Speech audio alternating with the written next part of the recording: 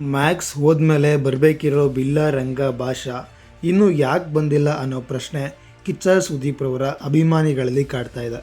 ಬಿಲ್ಲ ರಂಗ ಭಾಷಾ ಇದು ಕಿಚ್ಚ ಸುದೀಪ್ ರವರ ತ್ರಿಬಲ್ ಕ್ಯಾರೆಕ್ಟರ್ ಸಿನಿಮಾ. ಸದ್ಯಕ್ಕೆ ಕಿಚ್ಚ ಸುದೀಪ್ ರವರು ಬಿಲ್ಲ ರಂಗ ಭಾಷಾ ಸಿನಿಮಾದಲ್ಲಿ ಸಂಪೂರ್ಣ ಬ್ಯುಸಿಯಾಗಿದ್ದಾರೆ.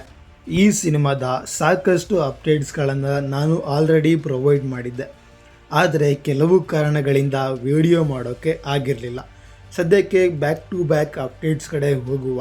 ನಿಮಗೆಲ್ಲ ಗೊತ್ತಿರೋ ಹಾಗೆ ಕಿಚ್ಚ ಸುದೀಪ್ ರವರು ಬಿಲ್ಲ ರಂಗ ಭಾಷಾ ಸಿನಿಮಾದಲ್ಲಿ 3 ಪಾತ್ರಗಳನ್ನು ನಿರ್ವಹಿಸ್ತಾ ಇದ್ದಾರೆ. ಹಾಗಾದರೆ ಬಿಲ್ಲ ರಂಗ ಭಾಷಾ ಈ 3 ಜನಕ್ಕೂ ಕೂಡ 3 ಜನ ಹೀರೋಯಿನ್ಸ್ಗಳು ಇದ್ದಾರೆ.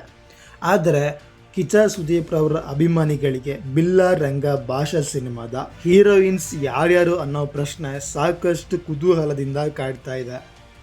ಆ ವಿಚಾರವನ್ನು ನಾವು ನಿಮಗೆ ಹೇಳ್ತೇವೆ. ಅದಕ್ಕೂ ಮುನ್ನ ದಯವಿಟ್ಟು ನಮ್ಮ ಚಾನಲ್ಗೆ ಸಬ್ಸ್ಕ್ರೈಬ್ ಮಾಡಿಕೊಂಡು ಸಪೋರ್ಟ್ ಮಾಡಿ. ಬನ್ನಿ ಹಾಗಾದರೆ ಬಿಲ್ಲ ರಂಗ ಭಾಷಾ ಈ 3 ಜನಕ್ಕೆ 3 ಜನ ನಾಯಕಿಯರು ಯಾರ್ಯಾರು ಅಂತ ನೋಡುವ.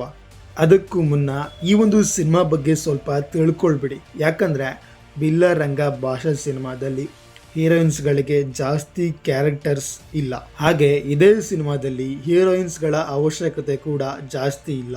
ಹಾಗಂತ ಸಿನಿಮಾದ main lead role Kichcha Sudeep ರವರ ಜೊತೆ ಲೀಡ್ ರೋಲ್ ಮಾಡ್ತಾ ಇರೋ ಹೀರೋಯಿನನ್ನು ನೆಗ್ಲೆಕ್ಟ್ ಮಾಡೋದಕ್ಕೂ ಕೂಡ ಆಗಲ್ಲ. ಇದು ಕಂಪ್ಲೀಟ್ಲಿ ರೋಬೋಟಿಕ್ ಸಿನಿಮಾ ಆಗಿರುತ್ತೆ ಎಂಬುದು ಎಲ್ಲರಿಗೂ ಕೂಡ ಗೊತ್ತಿರೋ ವಿಚಾರ.